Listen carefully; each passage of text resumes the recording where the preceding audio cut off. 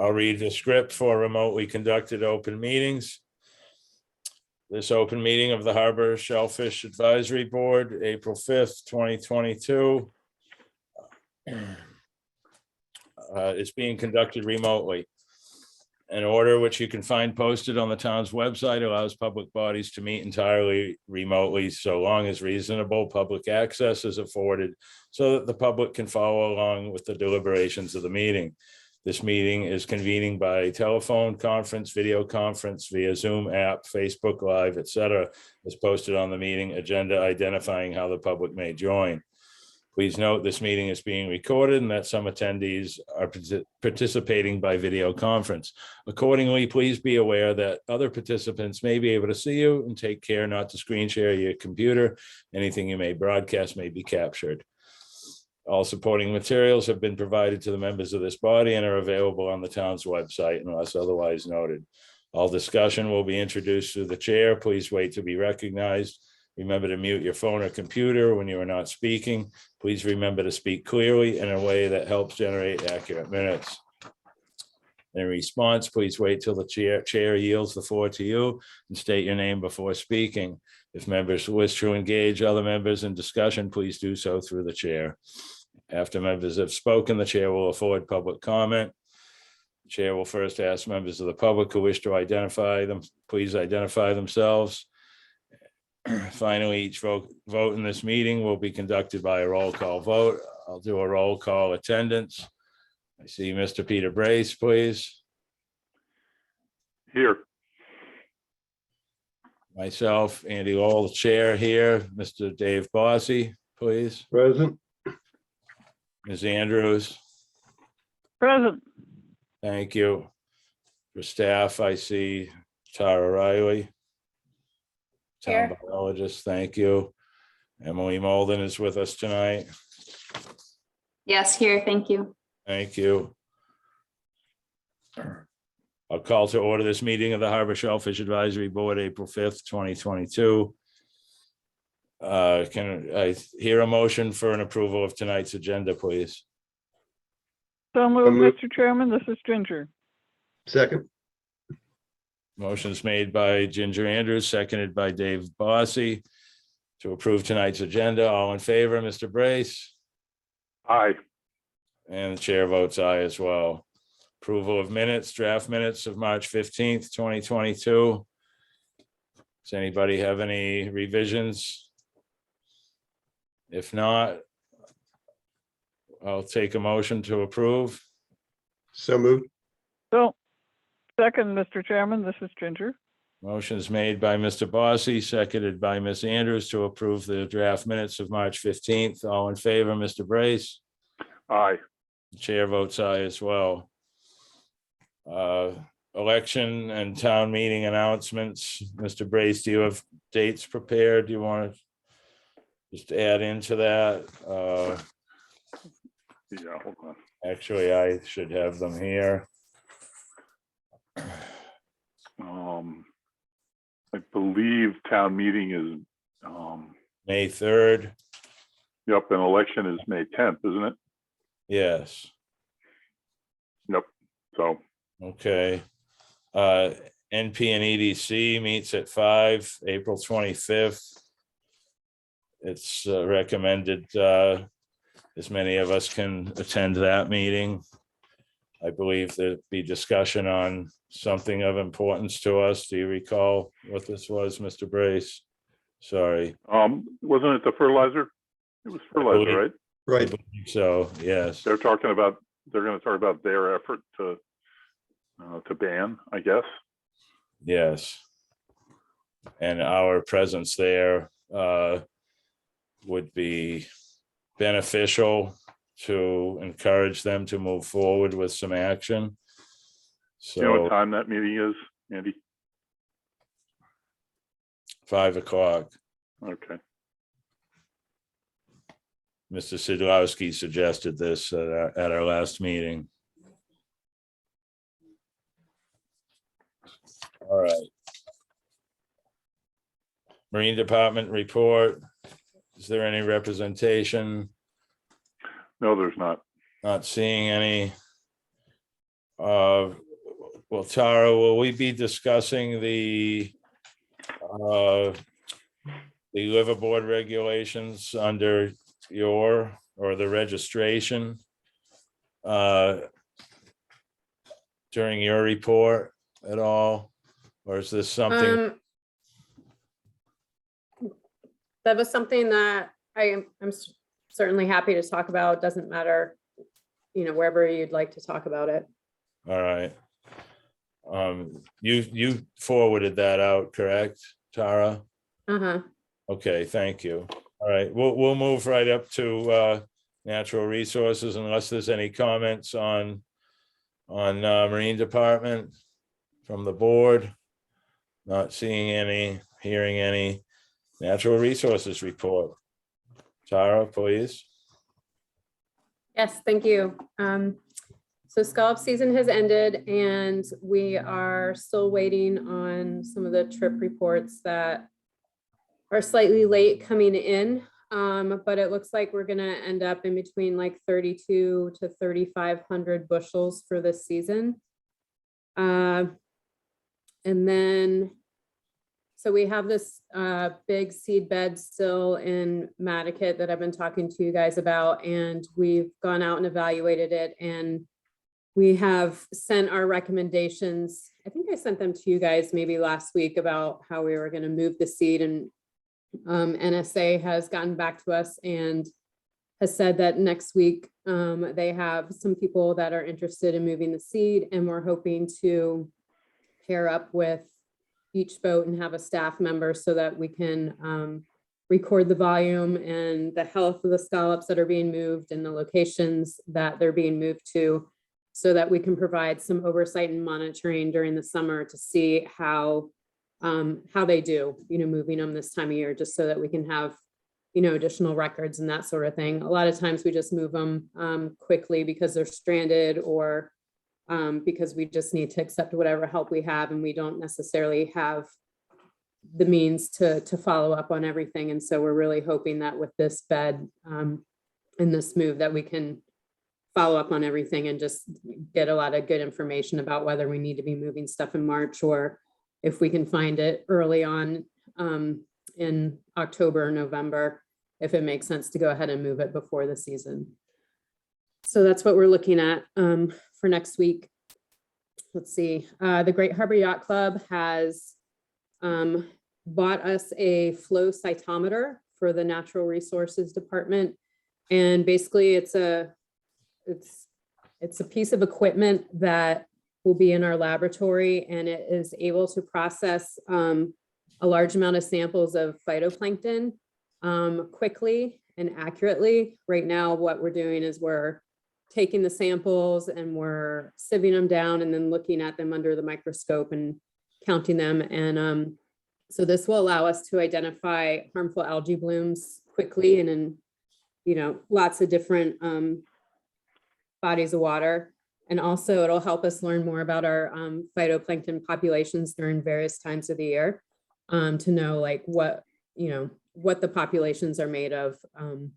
It can tell you a lot about the ecology of your ecosystem. Let's see, we had our first clam spawn, which I think I reported last time. We set those on last Friday. So they are 0.2 of a millimeter right now. So they're pretty small, like the size of a grain of sand, but they'll grow really quickly. And then they'll move to our outdoor system as soon as it warms up.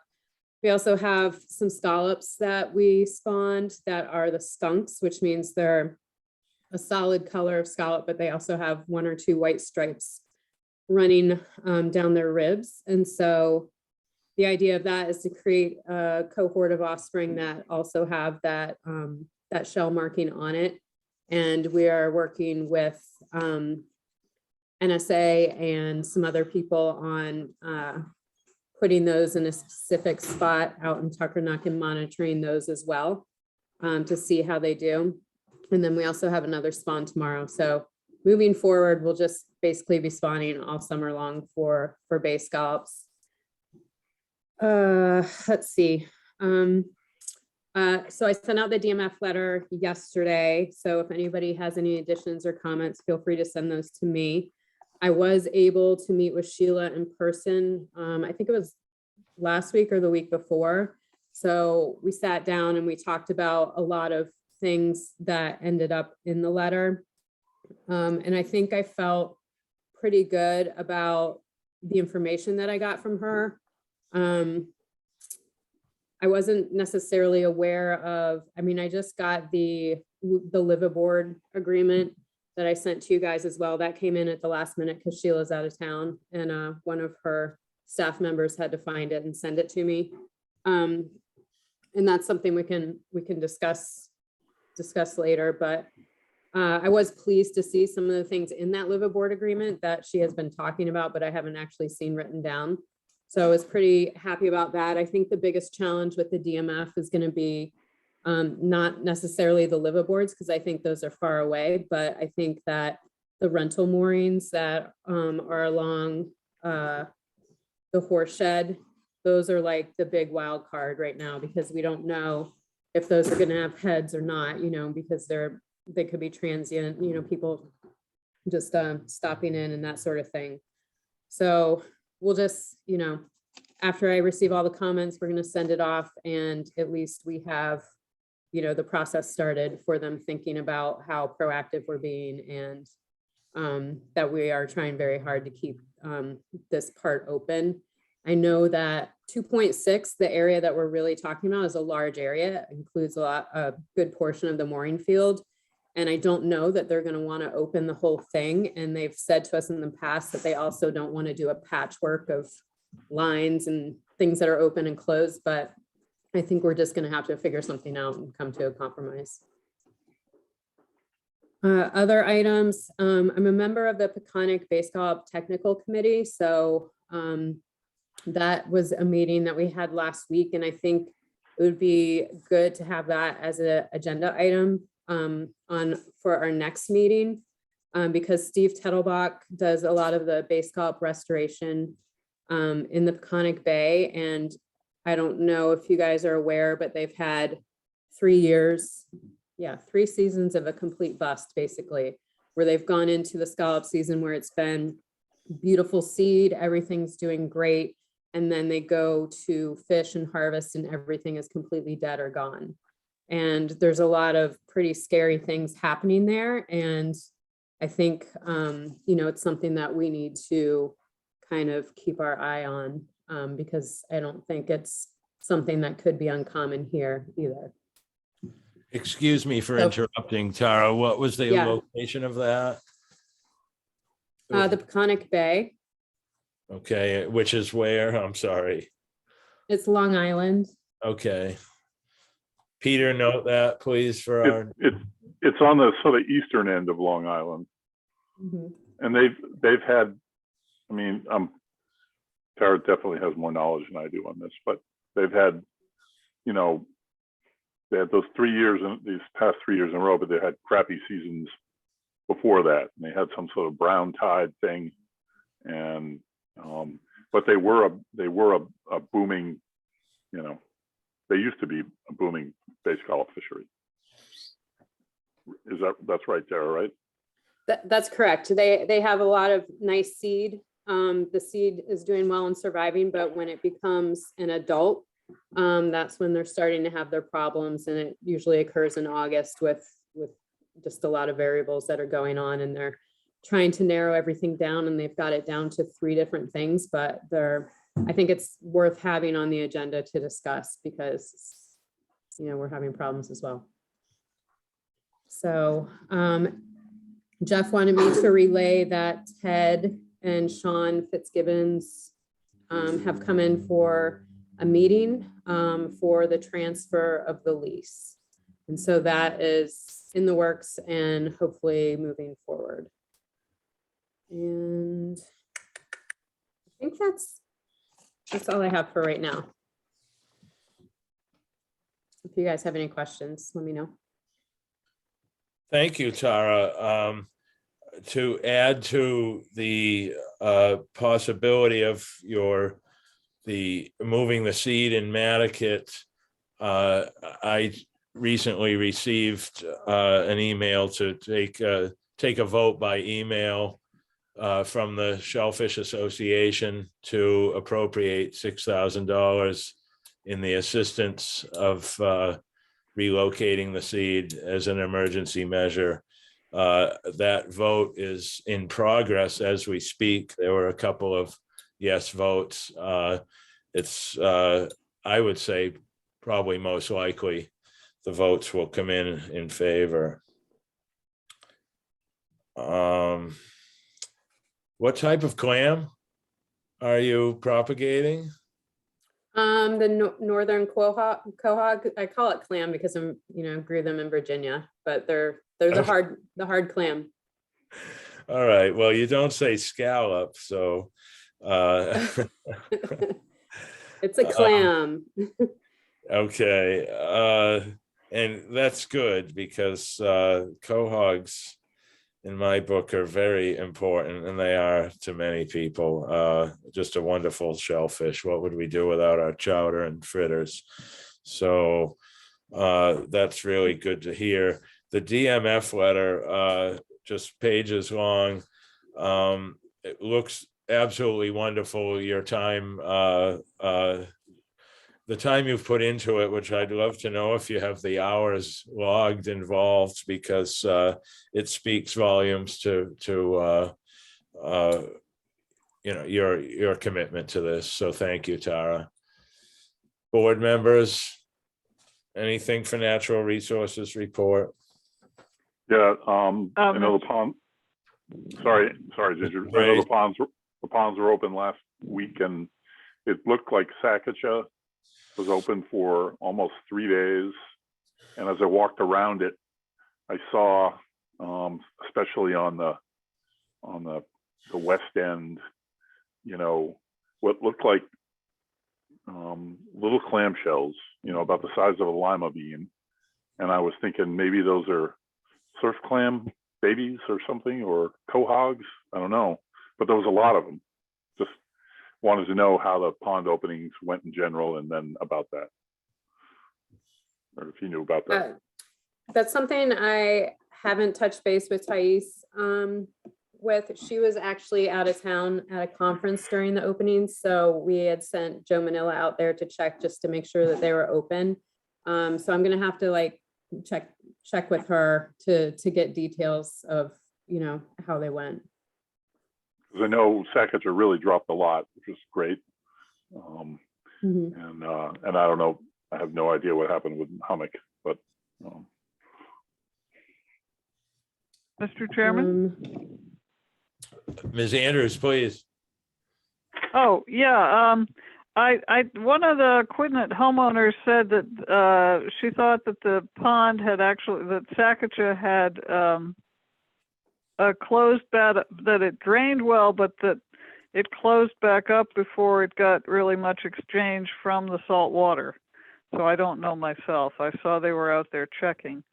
Hummock was pretty low. It was great for the shorebirds. It was a good birding thing on Sunday. That's all I can tell you. And I wanted to add my thanks also about the DMF letter. I thought it was excellent and very thorough and very well reasoned and well supported. So thank you very much.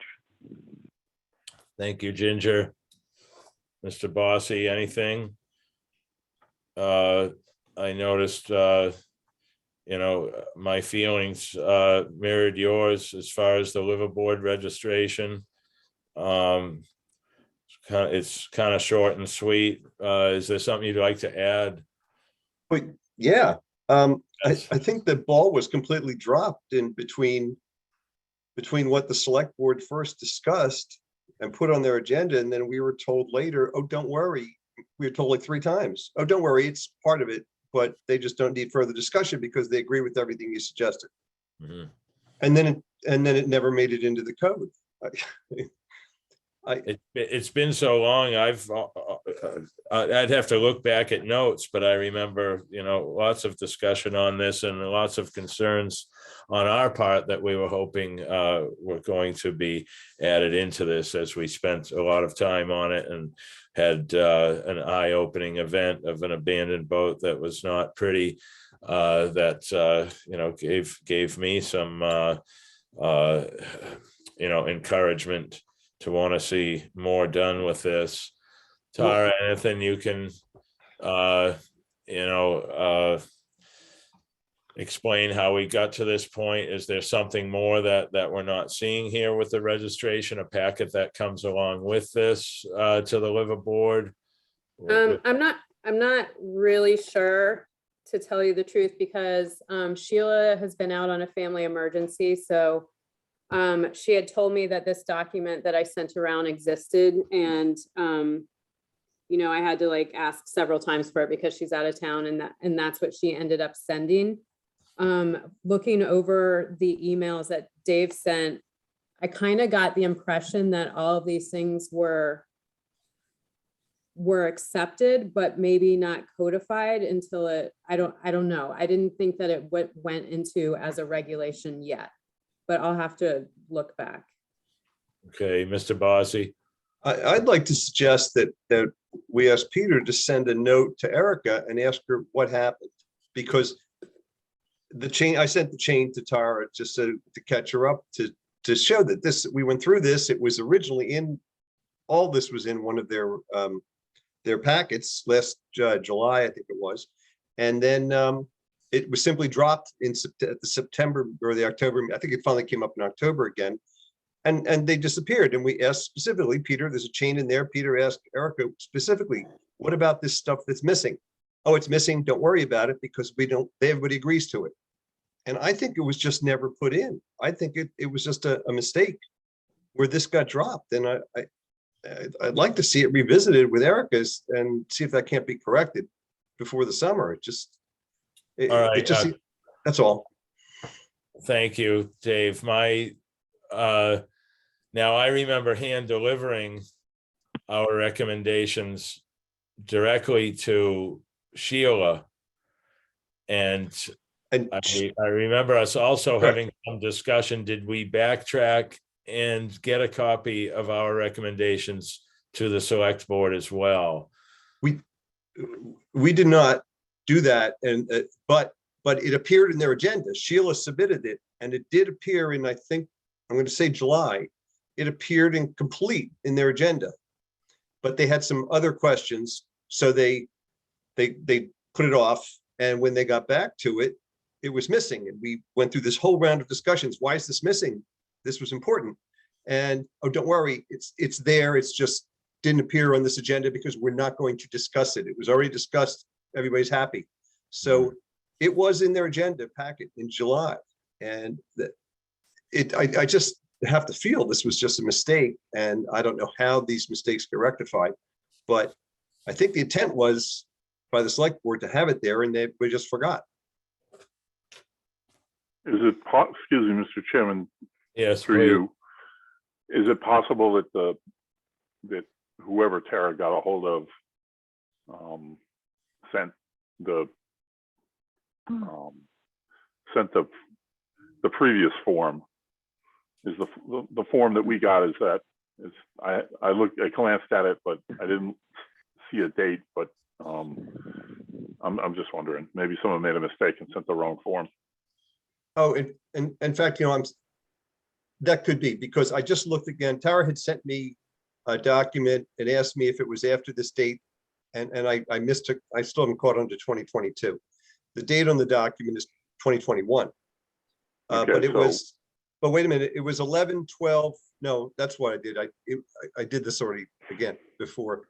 It's 11/12, November 12th, 2021, which was a month after this was codified. And in fact, I went back and read the minutes, and the minutes reflect this document that Tara sent me. So this is what they put into the code, is effectively what that document is that Tara sent around.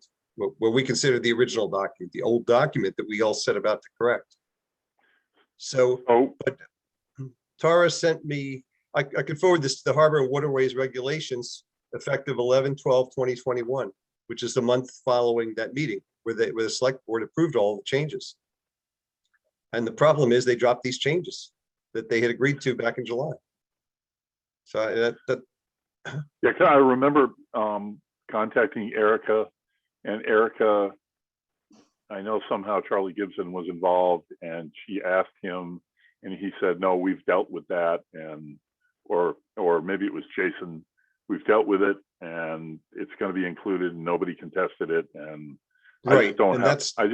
I need to be able to be reminded of the period of time when that exchange happened, so I can look it Oh, up. I can send you. I'll just send you your email that you sent me with old Shane. Okay, that'd be Yeah, great. that's what I sent to Tara today, and so she could catch up. So Yeah. I'll forward that to you. All right, definitely do that, and then I can email hopefully Erica tomorrow. Okay, thank you. Dave, thanks for your crisp memory on this, because actually you, I believe, had some examples of registration forms that were much different than this. And actually, we sent them along with our recommendations, if I'm correct. And I thought we were kind of hopeful that's what was going to be used. Sheila was on board with it. She thought it was great, and that's what she submitted to the town, to the select board. So yeah, that's why I think it was just a mistake. I mean, a paperwork thing, it just got dropped because everybody thought it was already covered and didn't need to be recovered. But then when it got codified, it just wasn't there to do that, to include. So I think we need to raise this and ask what happened. Yes, I would really like to get to the bottom of it as a board, for sure. So thank you.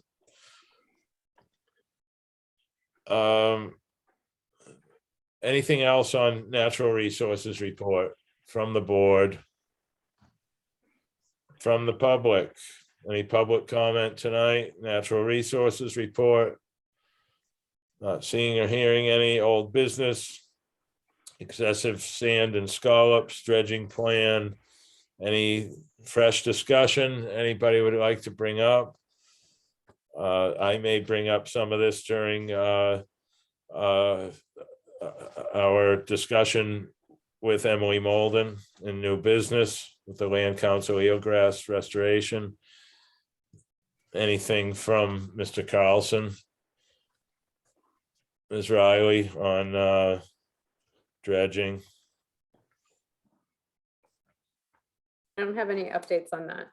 Okay, thank you. Fertilizer ban articles. As I mentioned before, the NP and EDC meeting, April 25th, Monday, 5 o'clock. There'll be fertilizer discussion, the articles. If there's no fresh discussion on that, we'll move forward to health of the harbors, stormwater runoff and harbor impacts. I believe, Mr. Brace, did we just add this as a topic for this? Yeah, you wanted me to add it. Yes. Okay. It's really something I think should be more on the front burner. I believe development's been taking place for a long time without any type of stormwater runoff inclusion in permitting process of residential homes, and I believe we're starting to see more of an impact that's negatively affecting our harbor. So I believe this is, something I'd like more people to have their eye on and be able to discuss what type of action we can take to suggest regulations in some way, shape, or form in development for roof water runoff to be recharged on site versus simply letting it run into the street. I think we have a large problem with mulch doing the same thing, running off during storms. That's ending up in the streets. It's ending up in the storm drains. I don't think people realize that our storm drains that dump into the harbor at 4 or 5 or maybe even 6 different fallout pipe locations. Come from as far back as the high school, Pleasant Street, Fair Street, Orange Street, Lily Pond, taking in runoff from Woodbury Lane area, North Liberty Street area. There's a very large acreage of densely populated area that a lot of runoff comes from and goes directly to the harbor untreated. So I'd like to see this something we're going to keep on the agenda and, hopefully work with other boards, commissions, and figure out what can be done here. So any smart ideas are always welcome here. Anything, anybody? Mr. Chairman. Ms. Andrews, please. Yeah, well, stormwater management it comes up on the Conservation Commission's agenda for, projects that are, within 100 feet of wetlands, but it doesn't really address, the areas that you're talking about. And I think one of the things that we could do would be to see if we can get a mapping of the areas that are drained directly into the harbor. That I'm sure those maps exist somewhere, but they might need to be updated. And I think that would really facilitate people waking up about this. Exactly. That would create an understanding and hopefully come up with some acknowledgement that the problem exists and how far and wide it comes from. Thank you, Ginger. Anything else, board members? Excessive lawn fertilizer use, anything new? Anybody wants to add tonight to this? I have something kind of specific Thank you. that might be along those lines, but I live on South Shore Road, and right now they're doing the sewer project. They started down near the wastewater treatment facility, and they're slowly moving up like 50 feet a day. And so they're ripping up the road and doing all kinds of stuff. But the other thing that they're doing is they have 12-inch PVC pipe that they're laying, but they're cutting it on site. And they're leaving like tons and tons of shavings and piles in like people's driveways and along the road. And so I've been taking pictures of this because, I mean, it hasn't gotten very far down the road, but when it's windy, all this stuff is blowing everywhere. And I contacted David Gray and sent him pictures, and he doesn't seem very concerned about it because he said that we're inland, even though we're like right on the water. So I think it's something worth talking about. And it's something that I'm certainly looking into because this project's going to last until probably August, and they're going to be laying a lot more pipe. And, I just don't think we needed all that plastic dust flying around when there are ways to collect it, just because of the volume of it. It's just insane. And I know in the hatchery, or if we're working with something, for the oyster farm, we're vacuuming the grass, because we don't want any of that stuff getting into the environment. So I'm trying to figure out, I'm sure it's a company from off island, like, trying to figure out how we're going to handle it. Wow. It's excuse me for just lack of proper saying, but it simply blows my mind because these plastic shards last forever. I've seen blue tarps covering boats that turn into fragments that spread around literally acres of land. And this particular, where it's so concentrated, a shop vac on site, keeping, picking up after each cut. It just seems like something that used to be done out of respect in previous eras or decades, but the cost of things and the speed of things needing to get done today, it's very unfortunate. What a great for noticing this, Tara, and in my book, it should be stopped tomorrow, and or it should be rectified simply. It's too bad it may take a long time to get that done. Whatever you can do to move forward with that is huge, because it's certainly just going to spread around. Like you say, cars go by, leaf blowers are used, and all of a sudden this material is being spread just all over the landscape, and it's there forever. Any discussion from the rest of the board? FDA shellfish taking prohibition in mooring fields. You've covered that very well, Tara. The letter sounds just wonderful once again. We can probably take this off the agenda, but maybe until you've sent it out, and if there's any feedback at the next meeting, well, maybe we'll keep it on for one more meeting. I would leave it on because the closure is supposed to occur May 1st. So I would at least leave it on until then so we can discuss it. Okay, perfect. Thank you. Board members, anything else with the FDA shellfish taking prohibition? Not seeing or hearing any. Water quality testing. Anything anybody would like to add? Fresh information. Tara, one more time, you mentioned, what was it you're testing for? Some plankton, or what was it you said earlier in your? The piece of equipment that we are receiving is called a flow cytometer.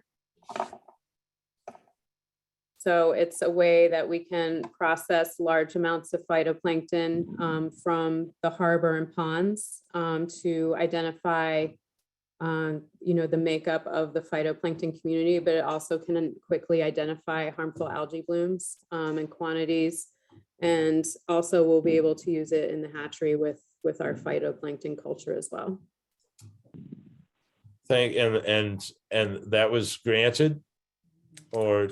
It was granted through the Great Harbor Yacht Club. That's right. Thank you for that. All right. It's one more time on the name of it, a closed. It's called a flow cytometer. It's a pretty advanced piece of equipment. So we have to actually go to Maine in May to go through training to learn how to use it. But it's going to be really nice to have it on the island and, for other people to come and use, like the UMass Field Station or anyone that might have a use for it. Well, our thank yous to the GHYC for that. That's wonderful. Anybody from the public on health of the harbors? We'll move into new business, the Land Council Eelgrass Restoration Project. I will hand it over for a presentation from Emily Molden. Please, thank you for being here this evening. Absolutely. Thank you, Andy, Mr. Chair. Before I jump into the eelgrass, I know this is not what I'm here to talk about, but with regard to the plastic shavings, Sarah, I'm really interested to hear about that PVC pipe issue. I know I had a board member who was recently expressing concerns from, I think it was actually from our island home, but in general, plastic siding that's being used in construction projects around the island, and just noticing the lack of cleanup happening afterwards as far as the material turning into those microplastics you were talking about. And that's actually been on my mind a little bit lately as far as trying to figure out how best to address that. So I just raise it to say that I would certainly be interested in brainstorming with you on how to move forward with addressing that issue. So just to throw that out there as an aside. If I may jump into that quickly, this has been an issue of mine with stone cutting, bluestone patio cutting, brick cutting, concrete cutting. There's an OSHA law against it, and it's not being enforced here. The stone, brick, and concrete cutting causes a the dust that you see billowing from these dry cuttings being done all over the island, literally, is silica dust, causes cancer. And truthfully, all of these saws that are being used have a port on them for a garden hose to completely eliminate that airborne dust, and it's not being enforced. Nobody wants to pick up this enforcement. I don't know if there are health causes from the very fine particles of plastic dust that go airborne that are aside from the pile that's landing on the ground that Tara is seeing, and lots of other people I'm sure are seeing this as well. But the very fine particles that can travel for thousands of feet in the air, it would be interesting to know what type of an effect this plastic particles have on human health and or animal and nature health, because I think we're long overdue for proper enforcement and regulation of dust control on the island, from leaf blowers to the stone cutting, brick cutting, and now plastic pipe cutting. Quickly, is that pipe the beginning of the one that will go all the way to C Street, Tara, or is this something different? I'm not really sure. They're putting in like the sewer, what I understand to be the sewer main, but it's not supposed to go online for the next for 5 years. Yeah. So they're ripping up the road, but the green pipe so far has been going the entire length of the road. I mean, there's piles and piles of pipe, down at the end. So I have to believe that they're going the whole length of the road. Yeah. Okay, thank you. And thank you for bringing that up. And Emily, whatever, whatever type of action, you can move forward with dust control in that manner. And if it has to be this one in particular and pick away at them little by little, it would be nice to bundle it all up as a serious health issue. So thank you. Moving on. Sure thing. Yeah, I'll follow up with Tara on that a little bit more later on. So yeah, thanks for asking me to come in this evening, or to show up on screen this evening to talk to you guys a little bit about the eelgrass restoration work that the Land Council has been moving forward with. As I'm sure you are aware, we've been working for the last 3 or 4 years now, actually started in 2018, on restoring a half-acre site off of Monomoy Beach. And probably for the last 6 to 8 months, we have been working on a state grant, which we're going to receive, to expand upon that restoration work in 2 different capacities. One, to expand to a second half-acre site, and then second, to expand in the sense that we're going to introduce some new techniques that we'll be trying to work with. We have been working really closely with Tara and the Natural Resources Department, and especially more recently starting to look at and think about the logistics for this summer. They are committed to providing us some pretty incredible support that will really make this whole thing possible. So I'll tell you a little bit about the plan going forward.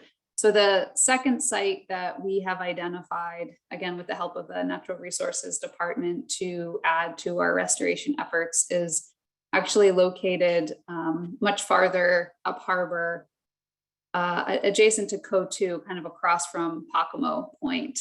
And it's an area where eelgrass has been declining in recent years, that Tara and her team have noticed, but it is still present nearby. And so while there is still a healthy population nearby, we wanted to make an effort to try to restore some of what has been disappearing up there. So we've identified a half-acre site up in that location that we're going to begin working on, in addition to our Monomoy site, continuing our work there this summer.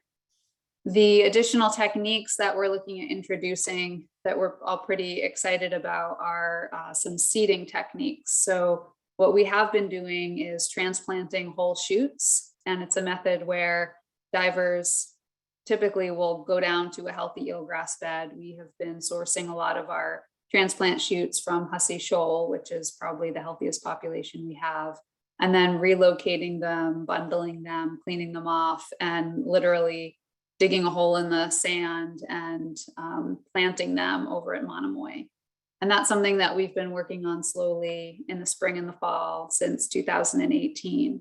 When the opportunity presents itself leading up to a transplant, and we have a big wash up, we have a blow, and there's a lot of eelgrass washed up on the beach. We have over the last couple of years also started to send volunteers out to collect coolers full of live eelgrass plants that still have their roots attached, so we can literally replant those that have actually just washed up on the beach because of the storm or whatever has caused that.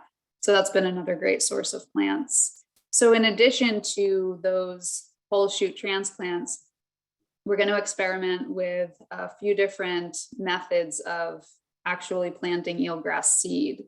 So that's going to involve harvesting or a seed collection period over the summer when the plants become reproductive and send up those flowering shoots once they go to seed. And some of the methods will involve collecting the seed and pretty immediately bringing them to the restoration sites to plant, to develop there. Some of the other methods will involve bringing those harvested reproductive shoots to the Shellfish hatchery, where they will be cleaned and bagged and stored in flow-through tanks for the rest of the summer months until they drop off of the plants. It will take quite a bit of time from interns to monitor and clean those seeds, and then prepare them using a couple of different methods to then plant in the fall, probably in September, at the various sites. And we did a little bit of a test run of this last year, again, with the help of Tara and some of her staff. They went out and harvested a bunch of eelgrass seeds, and we actually used some small like muslin and burlap bags, biodegradable bags, to put the seeds in with some organic material after they'd been stored at the hatchery for a while, and actually planted them at our site in Monomoy, just to kind of see what would happen. And RJ went out about a month ago now to take a look and was able to actually see that some of those seeds were germinating in place there, which is encouraging. So we're going to try to blow that up to a much larger scale. And the funding that we're going to be receiving from the state will enable us to do this seeding work over a 3-year period. And then we'll also be responsible for monitoring those sites for 5 years after that. So definitely a long-term project to try to restore these 2 half-acre areas. One of the other things, so we've received our permits from the Conservation Commission. We already had one for the Monomoy site, but we've received our permits for the planting at the additional site. One of the things, now that we have those permits in place, that's next on our list, will be to work with the town, the Natural Resources Department, the harbor master, you guys, and the select board to look into closing the second site to shellfishing during the restoration. The Monomoy site has been closed off to shellfishing, as I'm sure you guys know, since we began that project. We also were allowed to site some educational buoys with signage at the perimeter of that site in Monomoy. So we'll be seeking permission to do the same thing with the other site on the other side of the harbor in an effort to try to give that an opportunity to reestablish.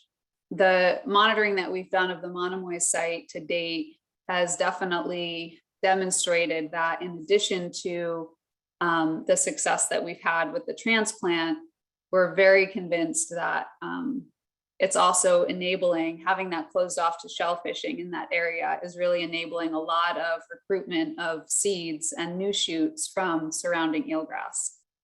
So it definitely in addition to the actual physical transplanting of shoots, having the area closed for a time is really enabling more recruitment from adjacent areas, which is really good to see. So this is definitely going to be a bit of an experiment, the seeding program. Seeding has been successful in some other locations and then less successful in some locations. There are things that will definitely come into play as far as currents and certainly water quality, algae presence, and also bioturbation is sort of one of the biggest concerns. So we know that there are areas of the harbor, including Monomoy, where we get a lot of green crabs, and they could be a primary cause of disturbance to those new shoots, new eelgrass shoots. So we're going to have to do some monitoring and see what our success is like.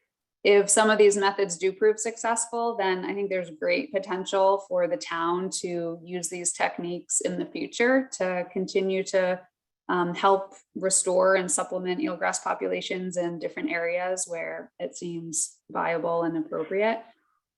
So we're pretty excited to test out some of these additional methods and hopefully give that area up adjacent to CO2 a little bit more of a boost as well.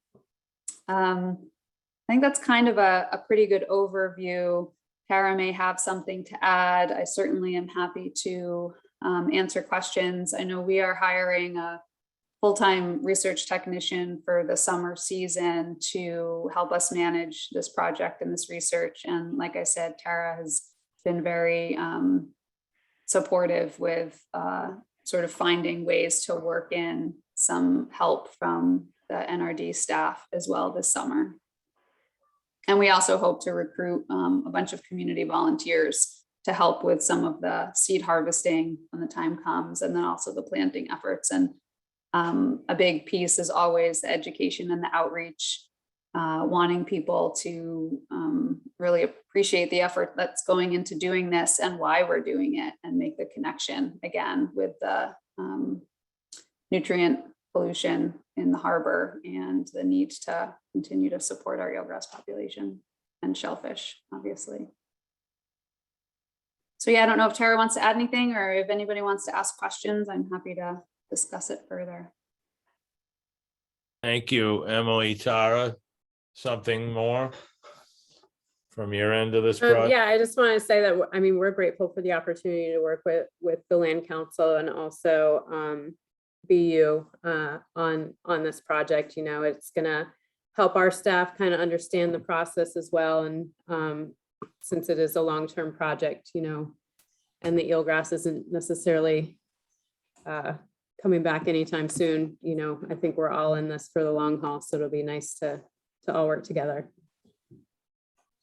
And thank you, Tara. That's a good point too. So we've been working on our current restoration project with Dr. Alyssa Novak, who's a seagrass or eelgrass scientist from Boston University, and she's continuing to oversee this project for us as well.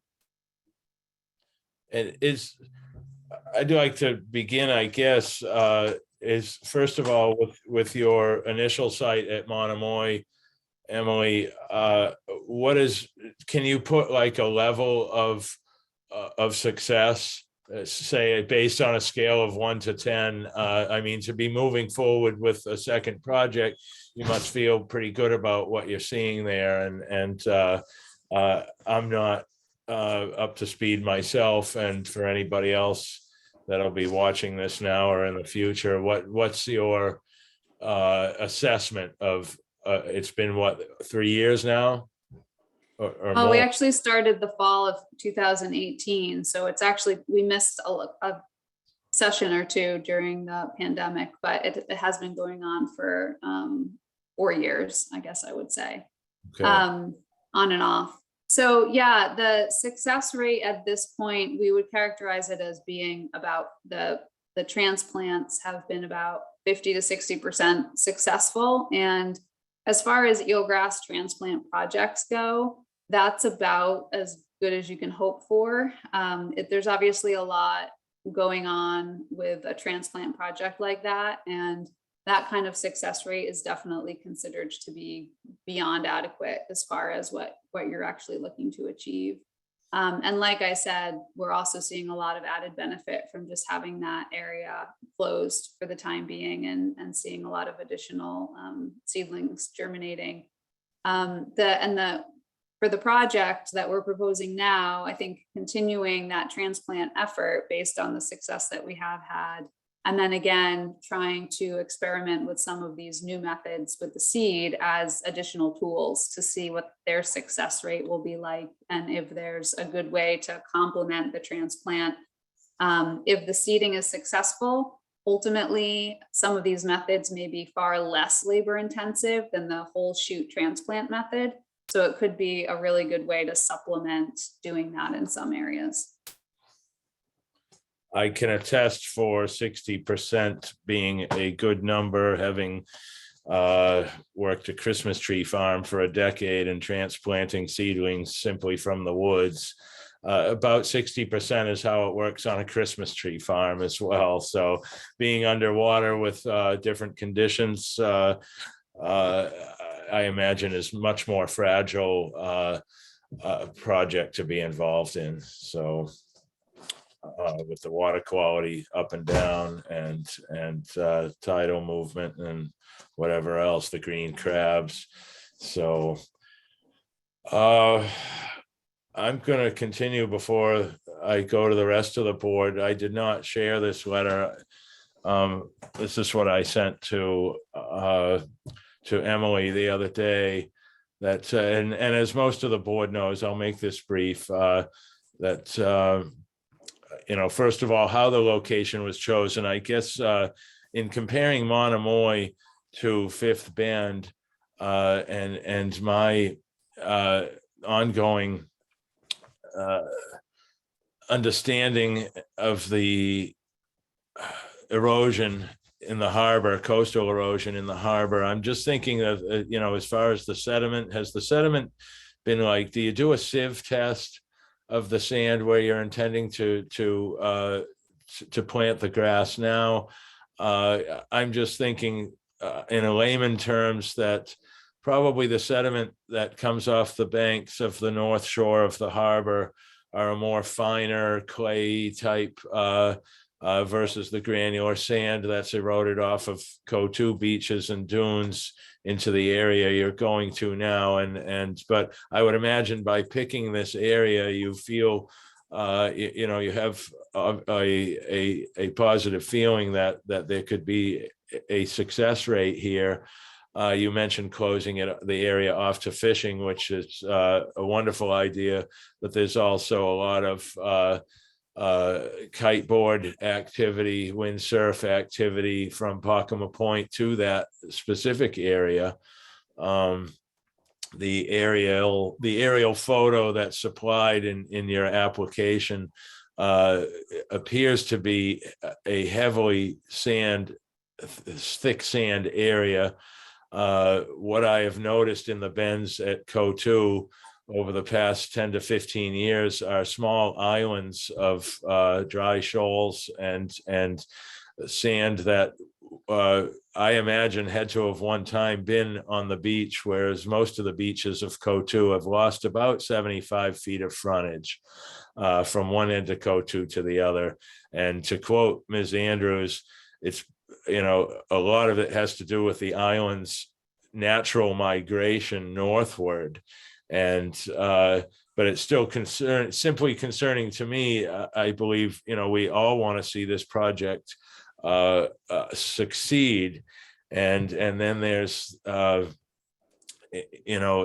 the coordination with other boards. I realize it's a small area. It's simply a half acre. We've talked about here at our meetings about a mini dredging micro program to test and see if removing sand in an area before planting the grass could be more beneficial, and also that sand being used in other ways for beach replenishment or coastal resilience, and can it also help with water quality and circulation. So I'm kind of hoping in the future, if it doesn't happen with this particular project, but if it could be considered in the future to include a much broader approach to projects like this.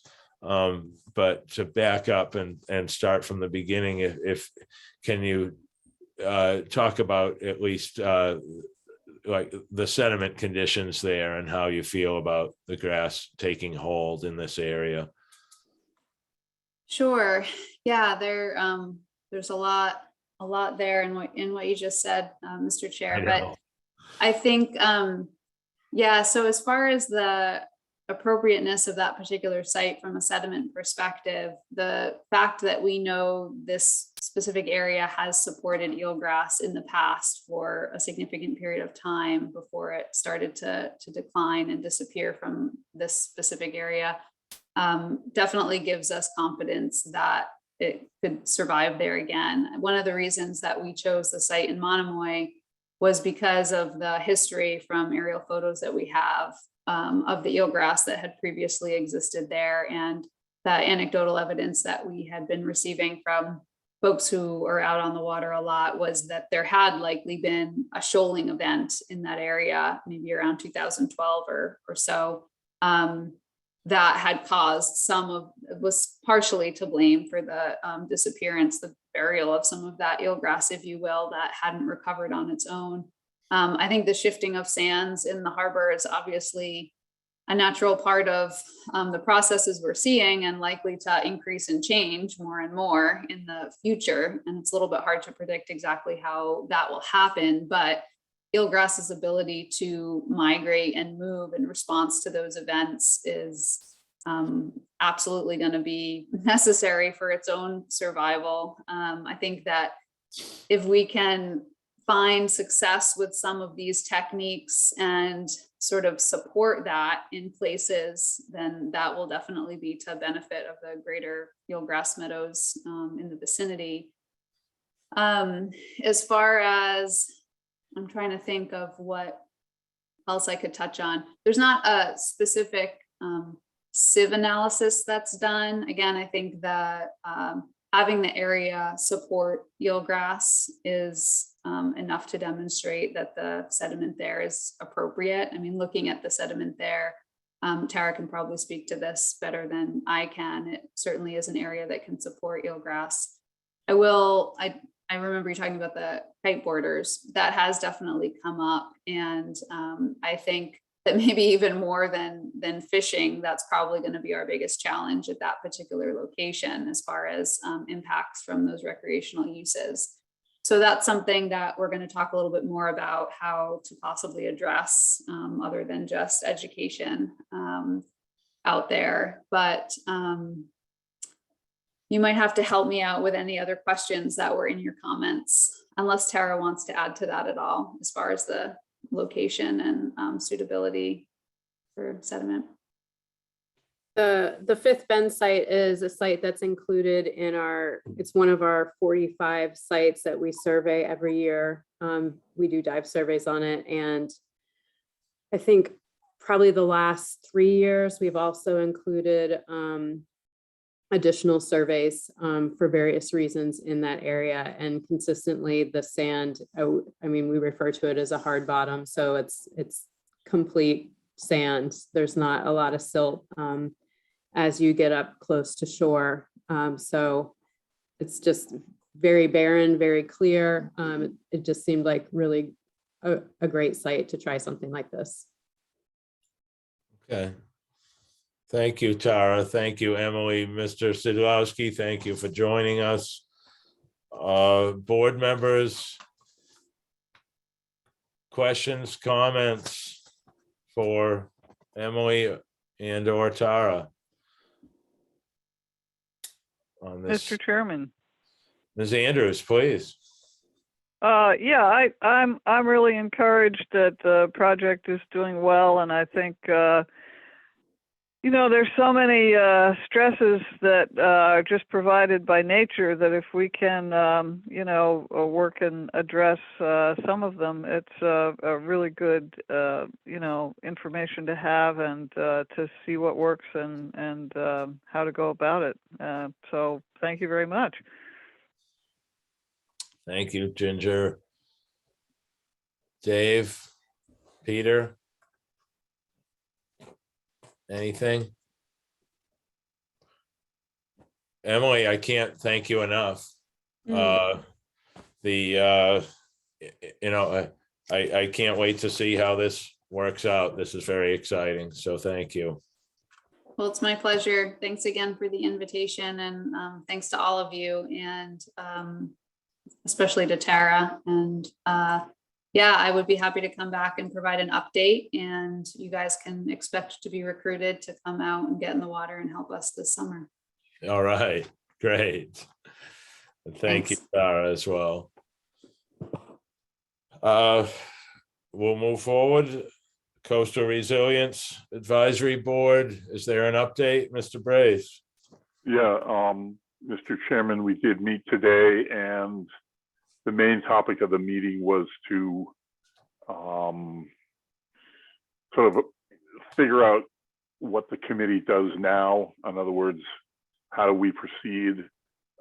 We basically agreed that we want to remain a permanent committee to be appointed by our various boards that, for instance, you guys appoint me to stay on that board, and then the at-large members get appointed by the select board going into the future.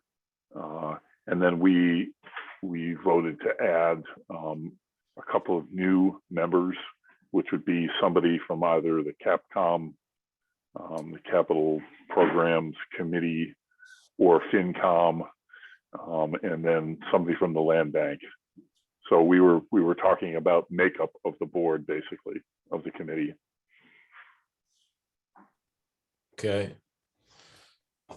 Great. We didn't talk about anything substantial. That was the only purpose for the meeting, was to come to an understanding of what the committee wanted to do going forward. And of course, all of us agreed, we need to be permanent. We need to continue to guide this process, remain in, there was some discussion about whether we should become a regulatory board or an oversight committee. But of course, we don't have any regulations to enforce, so we can't be regulatory. And we all agreed that advisory is the way to go, because we're advising the select board. That's our main role, and guiding them through the various projects that are in the CRP. So, yeah. All right. Oops. And tomorrow night's select board meeting, Peter, did you get a notice on what's on I believe they're going to be talking about the seminar that we attended. Design thinking. Yes.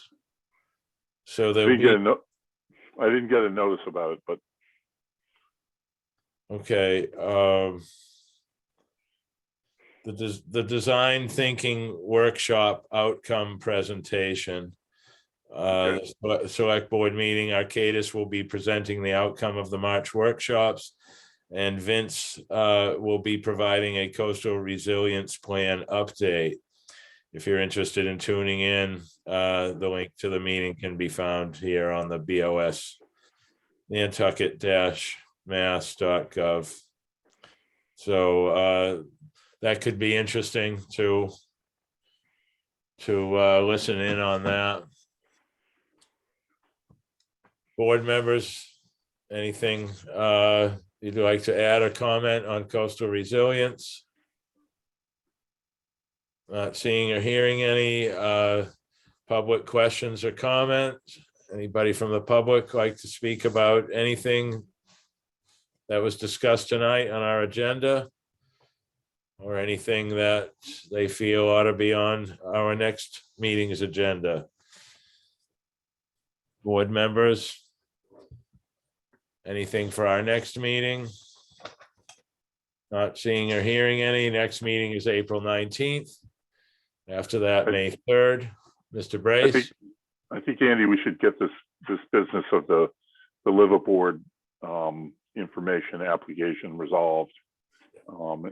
And maybe between now and the next meeting, you know, I hear back from Erica and we get some progress on that, or we get some clarification on that. Yes. And it may or may not require the writing of a letter to the select board based on the information we get from Erica. Mhm. Okay. So maybe that'll be an item for the next meeting. Oh, absolutely. We need to talk about that and whatever we can find out beforehand. I'll make an attempt to reach out to Sheila myself as well. So thank you. If there's nothing else, I'll entertain a motion for adjournment. So moved. moved, Mr. Chairman. Or I'll second. Second. I'll take move to adjourn by Ms. Andrews, seconded by Mr. Brace. All in favor, Mr. Bossy, Aye. Mr. Sadowski. Aye. The chair votes aye as well. Thank you, everybody, for tonight's meeting. Thanks for being here. Thank you, Emily. Thanks to our guests. Lara. Thank you, Kona. Good night. Good night. Thank you, Andy. You're welcome. Good night.